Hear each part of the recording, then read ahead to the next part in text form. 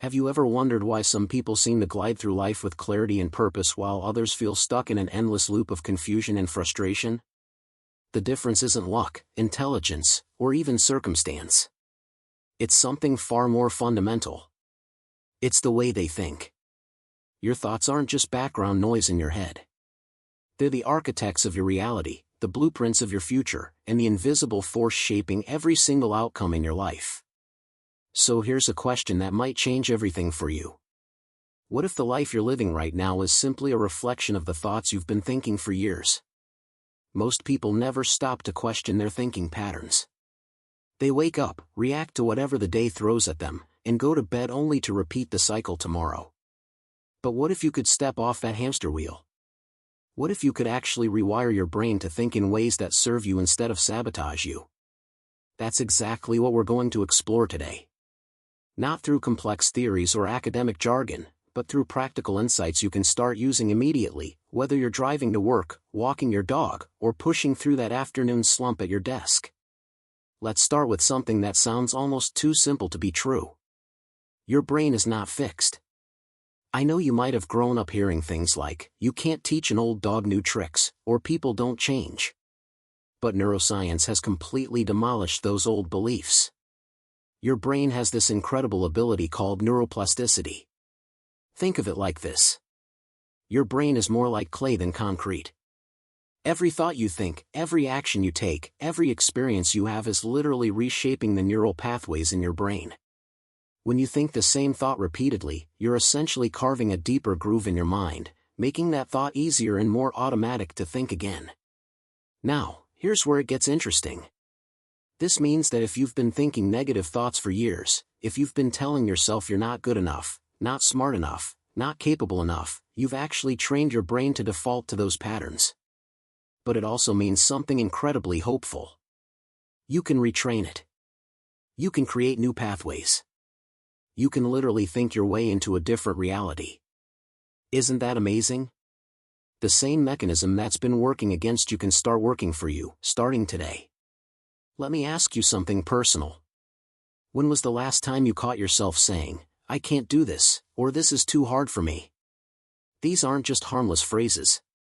They're limiting beliefs, and they're running your life from behind the scenes.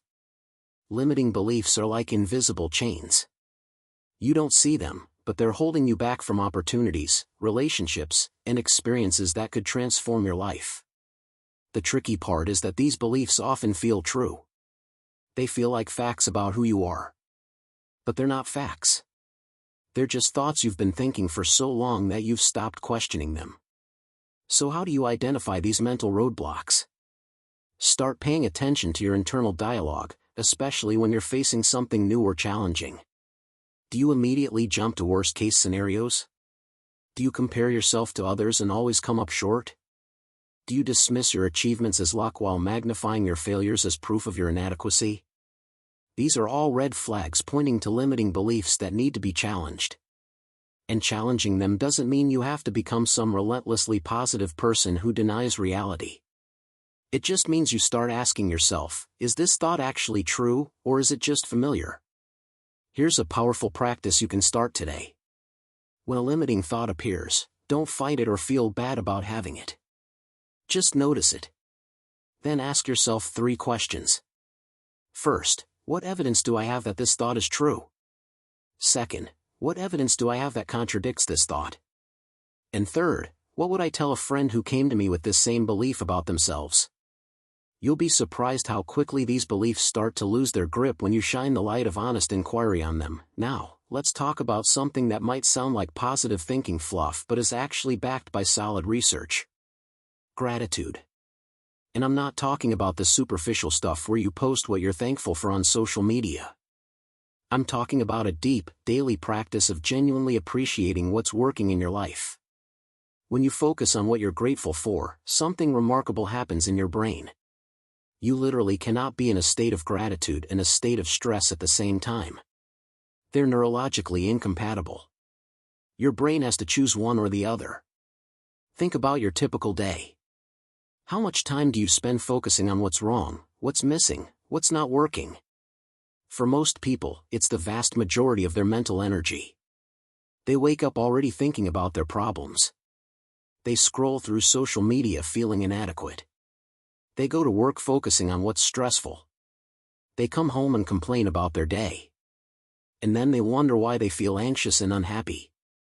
But what would happen if you deliberately redirected even 10% of that mental energy toward appreciation? Not fake appreciation. Real, genuine acknowledgement of the good things, even tiny things, that are present in your life right now. Here's a simple practice. Before you get out of bed each morning, before you reach for your phone, think of 3 specific things you're grateful for. And here's the key. They have to be specific, and you have to actually feel the gratitude, not just think the words. So instead of, I'm grateful for my family, you might think, I'm grateful for the sound of my daughter laughing yesterday when we were playing that silly game. Feel the difference? One is abstract. The other connects you to an actual moment of joy. Do this for 30 days and watch how your entire outlook begins to shift. Let's shift gears and talk about something incredibly practical. Your goals. You probably have things you want to achieve. Maybe you want to get healthier, build a business, improve your relationships, or learn a new skill. But here's the problem. Most people set goals in a way that almost guarantees failure. They make vague wishes like, I want to be successful, or I want to be happy. Those aren't goals. Those are just nice thoughts. A real goal has specific markers. It's measurable. You know exactly what success looks like, and you know exactly when you've achieved it. There's a framework that actually works, and it goes like this. Your goal needs to answer 5 questions. What exactly do I want? How will I measure progress? Is this actually achievable with my current resources or with resources I can reasonably obtain? Why does this goal matter to me personally? And by when do I want to achieve this? When you answer all 5 questions, you transform a fuzzy wish into a concrete target. For example, instead of I want to get fit, a real goal would be, I will exercise for 30 minutes, 5 days a week, for the next 3 months, because I want to have more energy to play with my kids and feel confident in my body. Can you feel the difference in clarity? But here's where most people still fail. They set the goal, they get excited for a few days, and then life happens. An obstacle appears. Motivation fades. Old habits creep back in. And they quit. So let me ask you this. What if obstacles aren't signs that you should give up, but simply part of the process that everyone goes through? What if the people who achieve their goals aren't special or more talented, but just better at navigating obstacles without quitting? The key is anticipation. Before you even start working toward your goal, sit down and list every obstacle you can think of that might get in your way. Be brutally honest. If you know you tend to lose motivation after 2 weeks, write that down. If you know your schedule is chaotic, write that down. If you know you have a tendency to self-sabotage when things start going well, write that down. Then, for each obstacle, create a specific plan for how you'll handle it when it shows up. Not if. When. Because it will show up. This is called implementation intentions, and research shows it dramatically increases your chance of success. Now let's talk about something that touches every area of your life. Your relationships. Whether it's your partner, your family, your friends, or your colleagues, the quality of your relationships largely determines the quality of your life. And here's the thing. Most relationship problems aren't really about the surface issues people argue about. They're about communication, or rather, the lack of it. How often do you actually say what you mean? How often do you listen to understand instead of listening to respond? How often do you assume you know what someone else is thinking instead of asking them? Effective communication starts with something simple but not easy. Honesty. Not brutal honesty that's just an excuse to be cruel. But kind, clear, honest expression of what you're actually thinking and feeling. Instead of dropping hints and expecting people to read your mind, try saying what you need directly. Instead of attacking someone's character when you're upset, try describing the specific behavior that bothered you and how it made you feel. The formula is simple. When you did this specific thing, I felt this way. Can we talk about it? This approach removes blame, opens dialogue, and gives the other person a chance to understand your perspective without getting defensive. And here's the flip side. Listening. Real listening. Not that thing you do where you're quiet while planning what you're going to say next. When someone is talking to you, especially about something important to them, can you put down your phone, turn off the TV in your mind, and actually be present with them? Can you ask questions to understand their perspective better instead of immediately offering solutions or sharing your own story? Most people just want to feel heard and understood. Give someone that gift, and watch how your relationship transforms. Let me ask you something about your daily life. Do you feel like you never have enough time? Like you're constantly busy but never actually getting ahead? You're not alone. Most people feel this way. But here's a truth that might sting a little. You have the same 24 hours as everyone else. The people accomplishing more aren't working longer hours. They're working smarter. They've figured out something crucial. Not all tasks are created equal. There's this principle that can revolutionize your productivity. It's the idea that 20% of your efforts produce 80% of your results. Think about that. Most of what you do all day is actually not moving you toward your goals. It's just busy work that makes you feel productive without actually being productive. So here's the critical question. What are the few things that, if you did them consistently, would create the biggest positive impact in your life? Those are your high-leverage activities. Everything else is a distraction dressed up as necessity. The secret is ruthless prioritization. Every morning, before you dive into emails, social media, or whatever usually sucks you in, identify the top 3 things that actually matter today. Not the most urgent things. Not the things other people want you to do. The things that align with your actual goals and values. Then protect those tasks like your life depends on it. Do them first, when your energy is highest. Everything else can wait or, in many cases, can be eliminated entirely. And speaking of distractions, let's be real about something. Your phone is probably destroying your productivity and your peace of mind.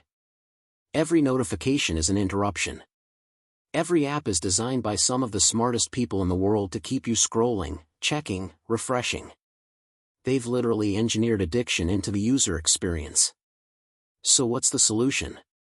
It's not complicated, but it requires discipline. Turn off notifications for everything except actual phone calls from important people. Check email and social media at specific times instead of constantly throughout the day. And for the love of all that is good, stop sleeping with your phone next to your bed. Get an actual alarm clock. Now, I know we haven't talked explicitly about money, but let's go there for a minute because financial stress affects everything else in your life. Here's the thing about money. Most financial problems aren't actually about not earning enough. They're about not managing well what you do earn. I'm not saying income doesn't matter. It does. But I've seen people making 6 figures who are stressed about money, and I've seen people making modest incomes who feel financially secure. The difference is intentionality. Financial health starts with awareness. Do you actually know where your money goes each month? Not a rough idea. Do you know specifically? Because you can't manage what you don't measure. Start tracking every expense for 1 month. Just 1 month. Don't try to change anything yet. Just observe.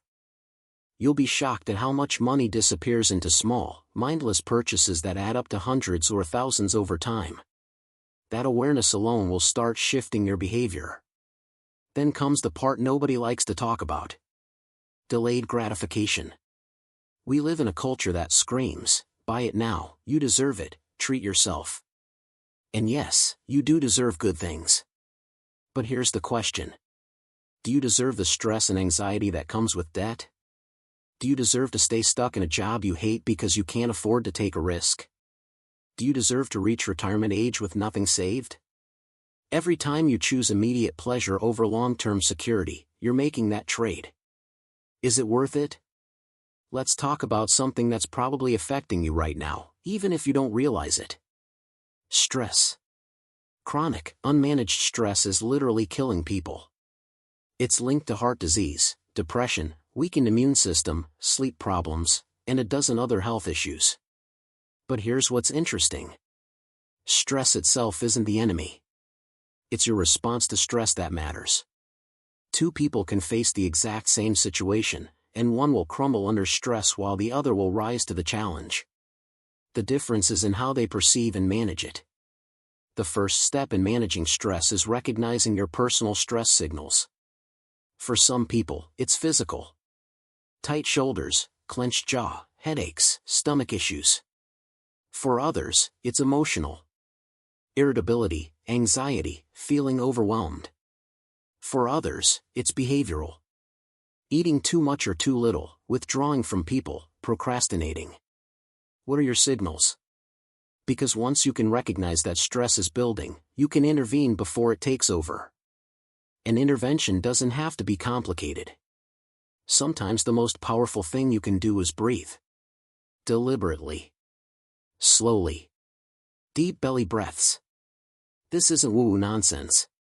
When you breathe deeply, you activate your parasympathetic nervous system, which literally calms your body down.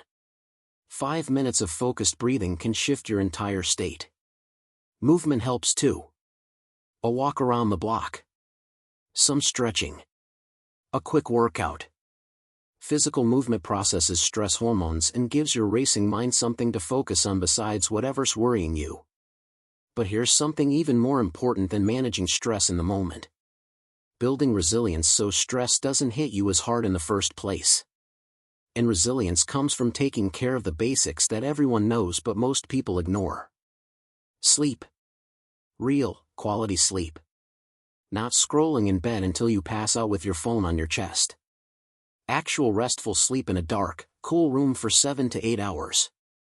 Nutrition. Food that actually nourishes your body instead of just filling your stomach. Movement. Your body was designed to move, not sit in a chair for 12 hours a day. When these basics are in place, your capacity to handle stress increases dramatically. Now let me ask you about your inner world. When you're alone with your thoughts, what's the conversation like? Are you your own best friend, or are you your harshest critic? Most people have an internal dialogue that's shockingly cruel. They say things to themselves they would never say to another human being. I'm so stupid. I always mess everything up. Nobody likes me. I'll never succeed. Imagine if someone followed you around all day saying those things to you. You'd be devastated. Yet you're doing it to yourself, and you've done it for so long that you don't even notice anymore. This is where self-awareness becomes critical. You need to start paying attention to your thoughts like you're an outside observer. Not judging them, not fighting them, just noticing them. Oh, there's that thought again that I'm not good enough. There's that familiar pattern of assuming the worst. There's that tendency to dismiss compliments and magnify criticism. Once you see these patterns clearly, they start to lose their automatic power over you. You can choose different thoughts. You can talk to yourself the way you'd talk to someone you love and want to encourage. Visualization is another tool that sounds simple but is remarkably powerful. Your brain doesn't really distinguish between a vividly imagined experience and a real one.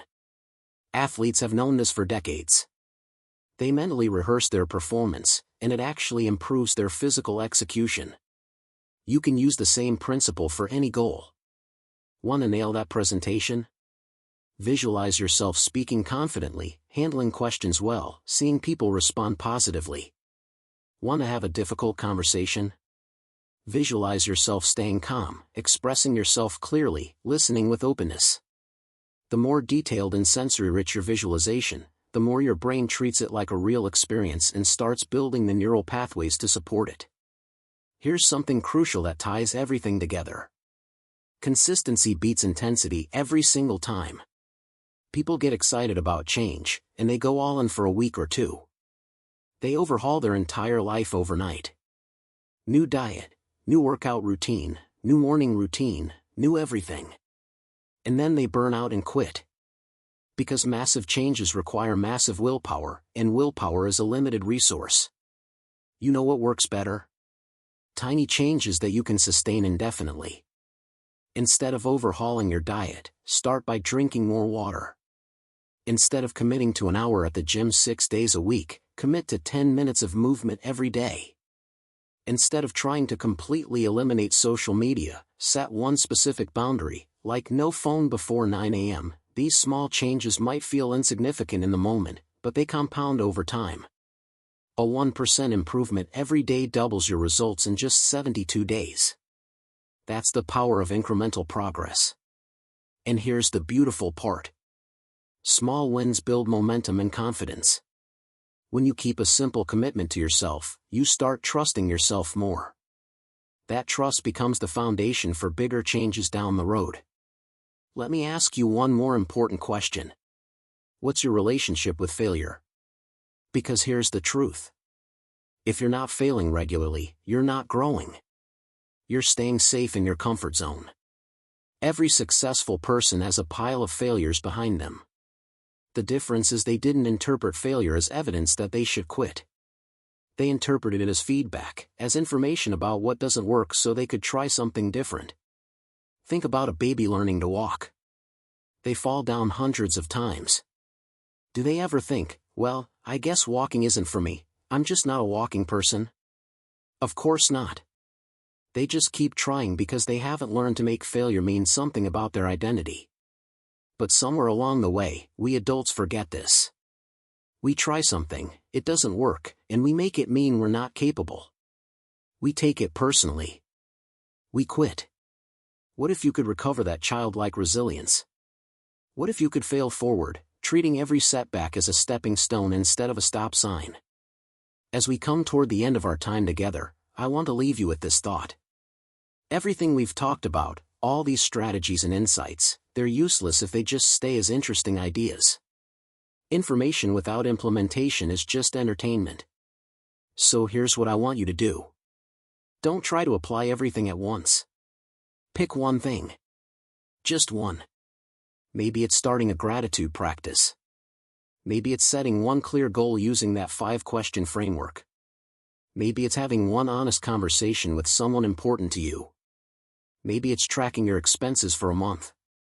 Maybe it's noticing your limiting beliefs when they show up. Just one thing. Commit to that one thing for 30 days. Not perfectly. You'll miss days. That's fine. Just keep coming back to it. Because here's what happens. That one small change starts creating ripple effects in other areas of your life. Your brain starts recognizing that change is possible. Your confidence grows. Your thinking shifts. And before you know it, you're not the same person you were 30 days ago. You're thinking straighter, seeing clearer, and living with more intention. The life you want isn't going to fall into your lap. It's going to be built through thousands of small decisions, one after another, day after day. Decisions about what you think, how you respond, where you focus your energy, and who you choose to become. You have more power than you realize. Your thoughts aren't just random noise. They're the steering wheel of your life. So grab that wheel. Decide where you want to go. And start driving with intention. Because the straightest path to the life you want is through the clarity of your own thinking. And that clarity starts right now, with the very next thought you choose to think.